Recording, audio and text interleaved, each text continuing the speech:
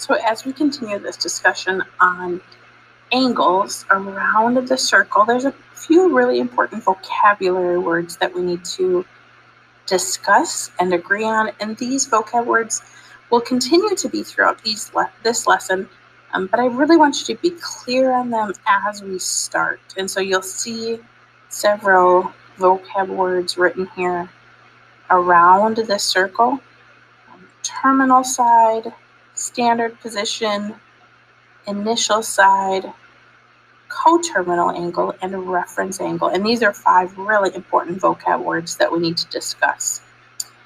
The first one that we're going to look at is initial side.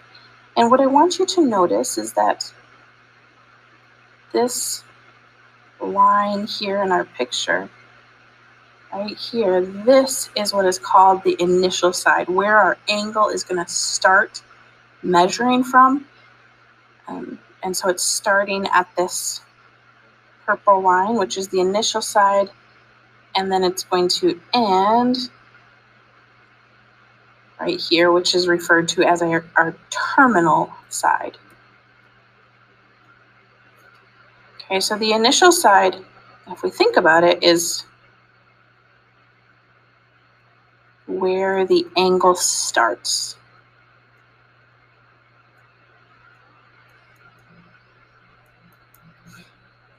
And the terminal side is where the angle ends.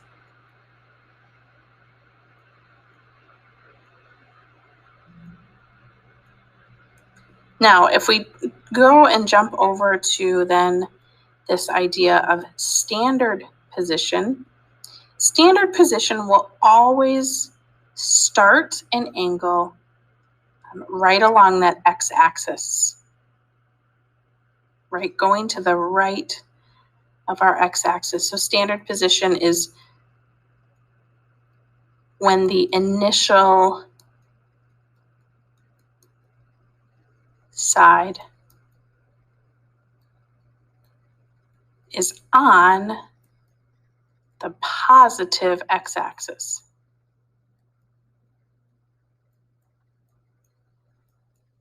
So we could have all different angles, but if we put it in standard position to go to measure it, the initial side will always be along that x-axis. Our reference angle that we're going to look at here shortly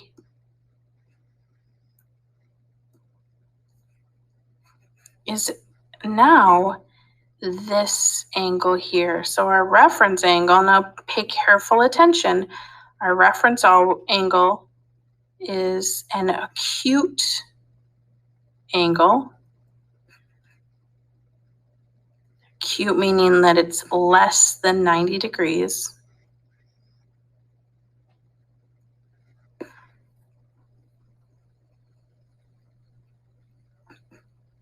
Between the terminal side and the x-axis.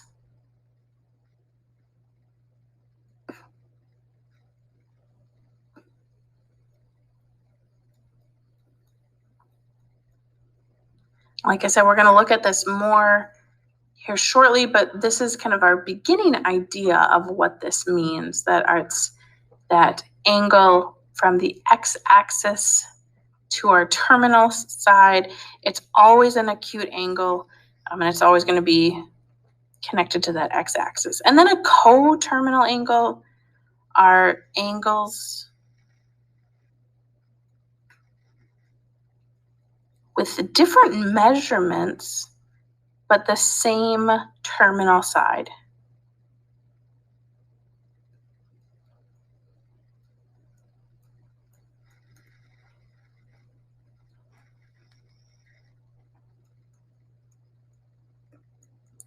And that's the first kind of vocab word that we're going to start with today.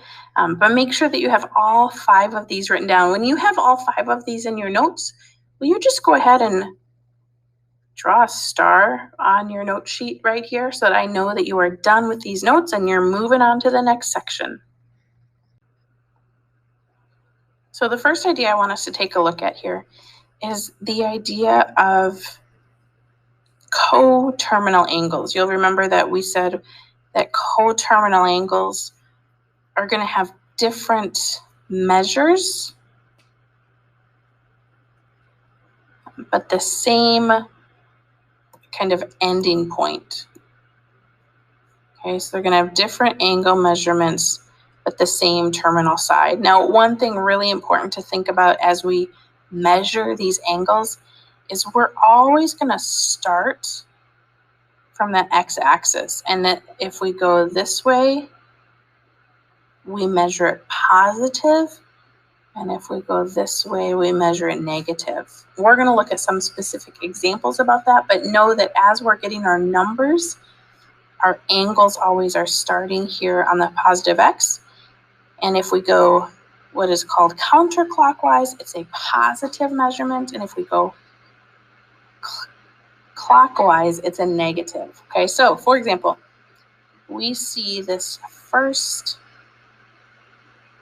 angle. You'll see here's our initial side, and here's our terminal side. Okay, so if I measure this, and I'm measuring this angle right here, it's 120 degrees. Now, the same exact angle, right? You'll notice that we have the same starting point and the same ending point, but this time, if I go the opposite direction, we're going to get a negative 240. You'll notice I know it's 240 because all the way around a circle is 360. Right, so if this part is 120, I know that outside angle has to be 220, and it has to be negative because it's going the other direction. So every angle could be measured either a positive angle or the negative going in the opposite direction, whatever 360 minus that positive number is. But we could still measure this in other ways. So here's our initial, and here's our terminal once again. Now, I want you to imagine for a moment that we're measuring and we get here, and instead of stopping, we're going to circle all the way around to go the long way and get back to it. So it's like 120 plus 360, right? We went an entire way around the circle. So this is actually also 480. It's kind of like if I told you to stand up and do a 360, you would spin all the way around and should be facing the way you started. If I had you stand up and do a 720, you would spin around twice and end up exactly the direction you started. These degree measurements in kind of multiples probably are familiar to you if you're familiar with ice skating spins, maybe skateboarding or snowboarding kind of spins and tricks. If we get a rotation of 360, we could keep going, right? And it's not just 360 because we're facing a certain way, but it's how many times are we going around? So kind of a similar thing here with these coterminals. Every angle can be measured with a positive value, a negative value, and multiple values that are more than 360, depending on how many times we go around in that circle. Okay, so let's look at one example together. Here, this first problem, I know that this angle here is 180, right? A straight line. Now, let's find the negative of that. How much would this angle be? Well, it's still a straight line, so it's 180, but we're going the other direction, so it will be negative. What about if we wanted to find the measurement that doesn't just stop here, but it goes around another time? So we'd have 180 plus that full rotation. We could say that this was a 540, right? So all of these measurements are still describing the same coterminal angle. They're all pointing out this coterminal angle over here. What I want you to do is I want you to go ahead and give these two problems here a try. Try these two.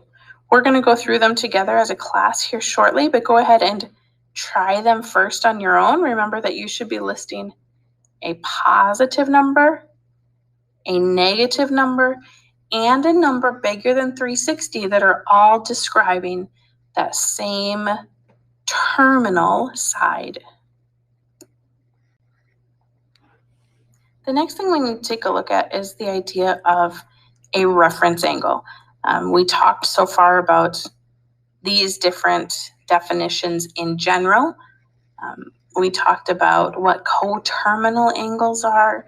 The next vocabulary word we need to really take a look at is this idea of reference angle. Now, you'll remember that my definition said that a reference angle is the acute angle formed between the terminal side and the x-axis. I want you to take a minute and try to say that in your own words. How would you describe the reference angle? Maybe go back and look at where you put it on that circle when you wrote down the vocabulary. Maybe take those words and try to kind of paraphrase them. But I want to see in the Kami something here in this area. Even if you are writing your notes on paper, I want to see, how would you describe this reference angle? How would you, in your own words, define the reference angle? Okay, so we're going to take a look at some examples here. Now, a really important thing to just keep in mind as we start looking at these reference angles is this diagram, how we label those different quadrants of the coordinate graph, right? That we start here in quadrant 1 and it goes around kind of in that order, right? As we talk about reference angles, we're going to be describing these different quadrants, so it's important that you keep in mind what those different quadrants are. Okay, so let's take a look at that reference angle. We said that our reference angle is always the angle, the acute angle between the x-axis and the terminal side. So here's our reference angle. If we know that this part is 130 degrees, then what does our reference angle have to be equal to? What is this angle here?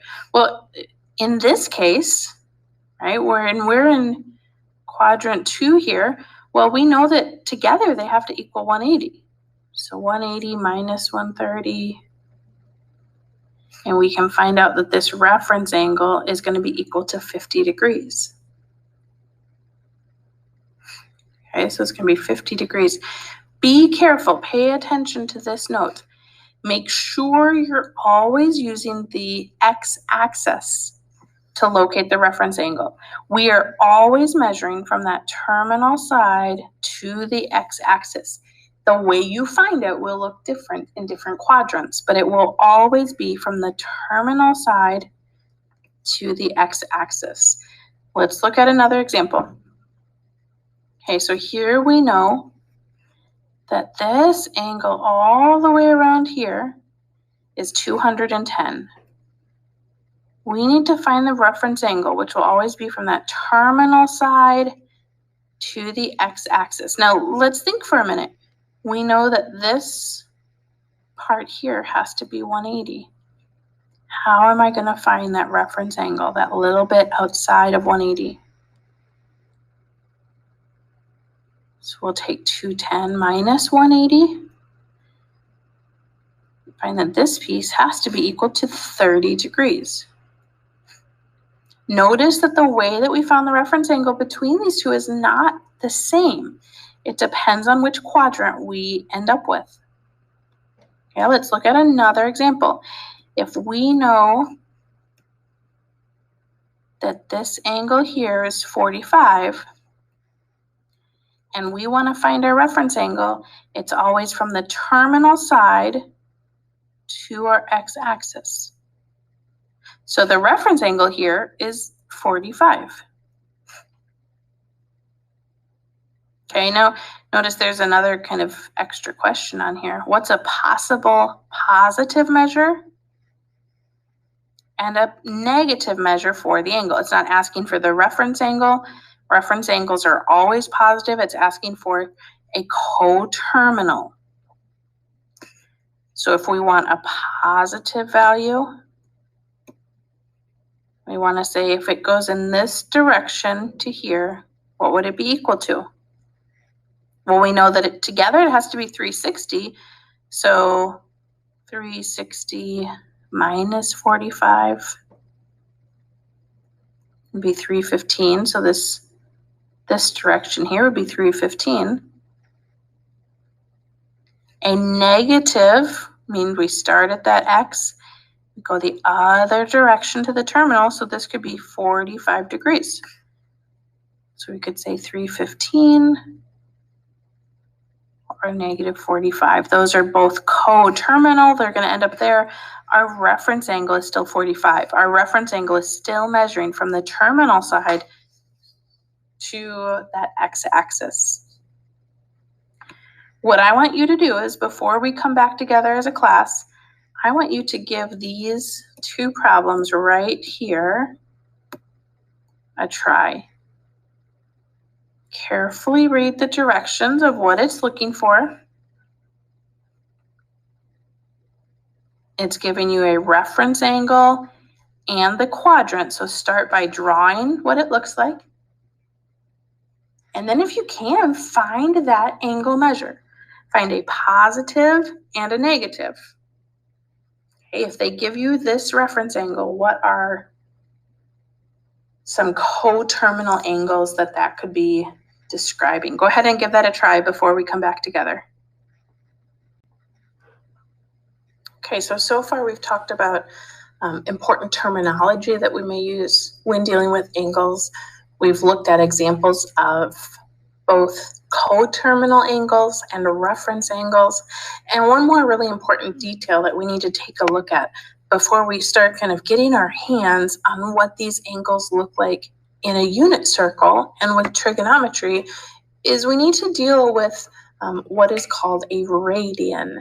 And a radian is another way that we can measure, describe units on a circle, around a circle. And as it says here, the radian measure of a central angle is equal to the length of the arc on the unit circle. So think back to when we thought about that bug crawling around the circle at the very beginning of class. We're measuring what the angle is by describing the distance around that circle. And so really what it is it's another way that we measure circles. In your calculator, you probably have seen that you can change the unit between radians and degrees. Degrees go from 0 to 360. Radians are measured differently. And so that's what we're going to talk about here next, what those radians are, how we can change back and forth between them. So here, as you see that this arc has a unit of 1, it means that we measure this angle to be 1 radian. Okay, so a full circle is 2 pi radians. Right, because think of that whole circumference around the outside. To find the circumference, it's 2 times pi times r. And because we're dealing with the unit circle, our r is 1, which means that entire length measure around the outside is going to be 2 pi. Okay, so what we need to look at first is how can we switch between radians and degrees? And the really key thing here to keep in mind is that either 180 degrees is the same as pi radians, Or you might remember easier that 360 degrees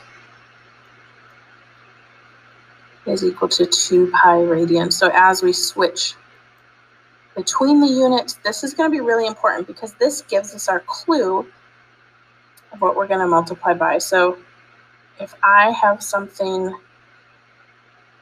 in degrees, let's say we have x degrees, I'm going to multiply that by pi radians over 180 degrees. And the reason that this works is because you'll notice that pi and 180, they're the same thing, right? So really we're multiplying by 1. But I show you this way that we write it out because if we're switching out of degrees, if we're multiplying and starting with degrees, these are really going to cancel out. So you'll see we're left with radians. And so you don't have to memorize 2 different ways to switch back and forth, but instead remember that these are equal. So to switch between degrees and radians, you're going to multiply it by pi over 180. And to go the other way, you're going to multiply by 180 over pi. I want to show you why that works. So if we start with x radians and we multiply it by 100 degrees over pi radians, again, notice we're not multiplying it by a value other than 1, right? 180 and pi are the same. However, our units will cancel out, so we know that we're going to be shifting into degrees. Okay, these are really important that you have written down in your notes so that you know what to multiply by as we go between those different units. Let's take a look at a couple together, and I want to leave these notes here kind of on the screen. So we're starting with radians, and we're going to degrees. So we're starting with pi over 7 radians. Because I want to switch it into degrees, I need to multiply it by 180 degrees over pi radians.